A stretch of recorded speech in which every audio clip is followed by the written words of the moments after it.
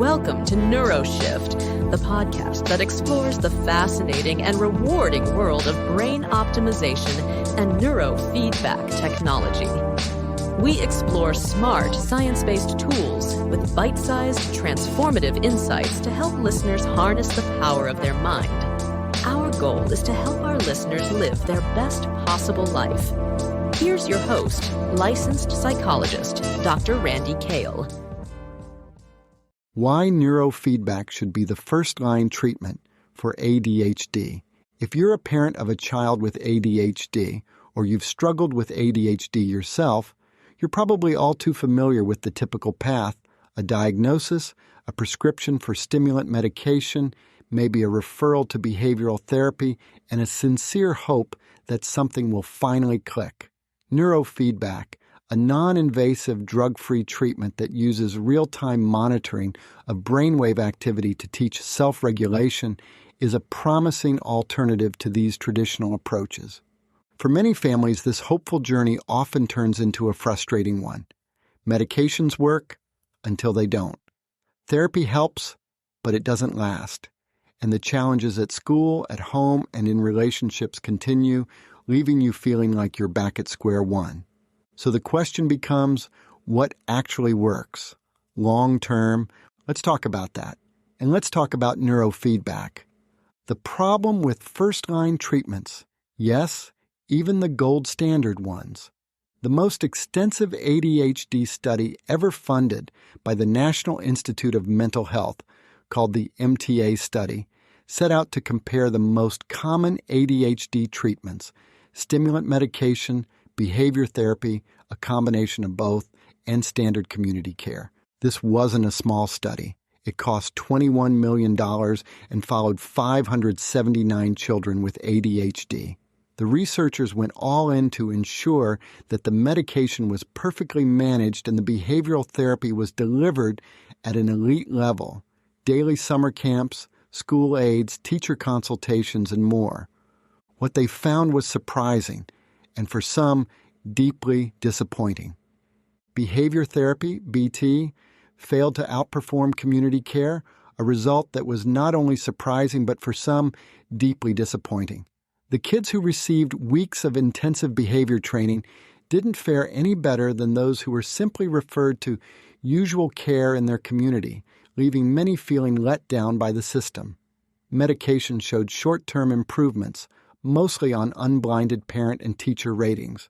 However, there were no meaningful differences in the blinded objective measures, the ones less likely to be biased. Long-term benefits disappeared. At follow-ups 10 months, 2 years, and even 6 years later, the initial benefits from medication or combined treatment vanished. Even more troubling, the children who remained on medication often did worse than those who didn't.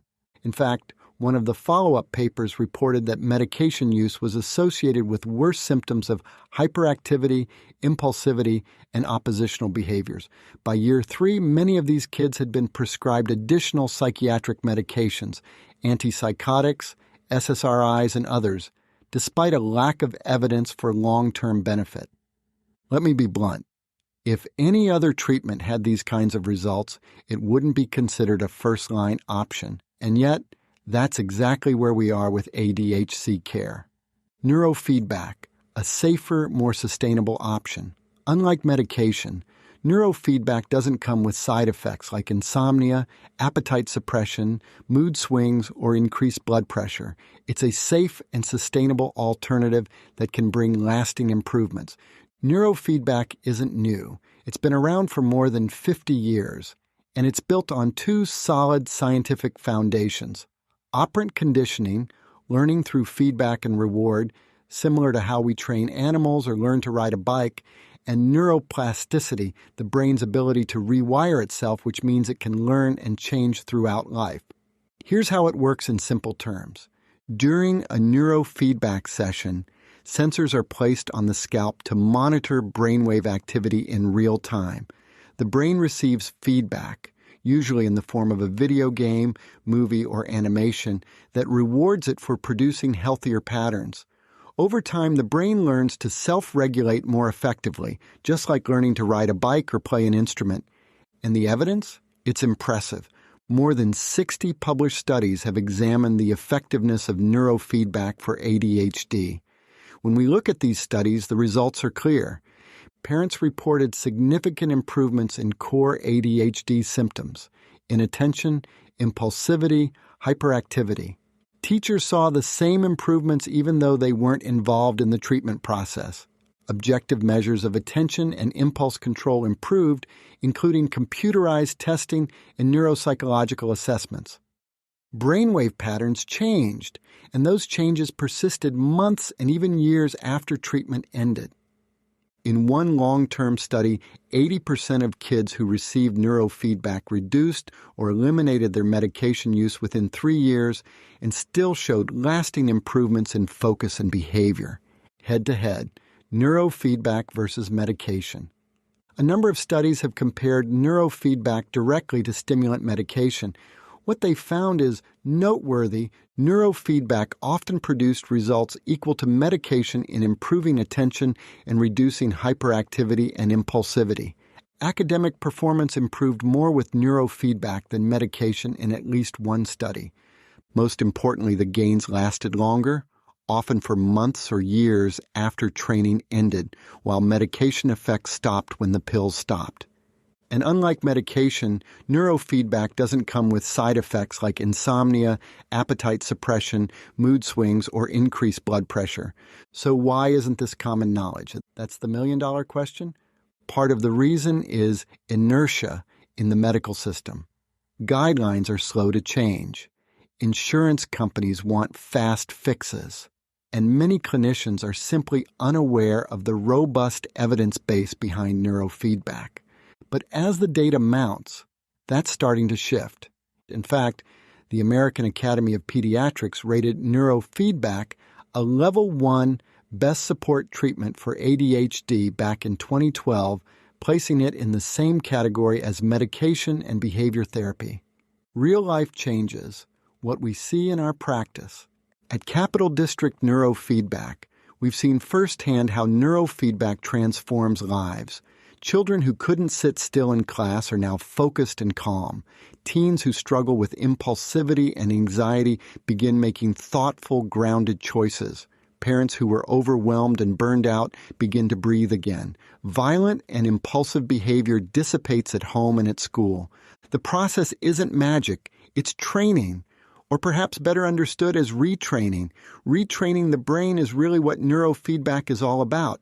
But it is a change process working with the brain at the source of the problem, not just trying to suppress symptoms.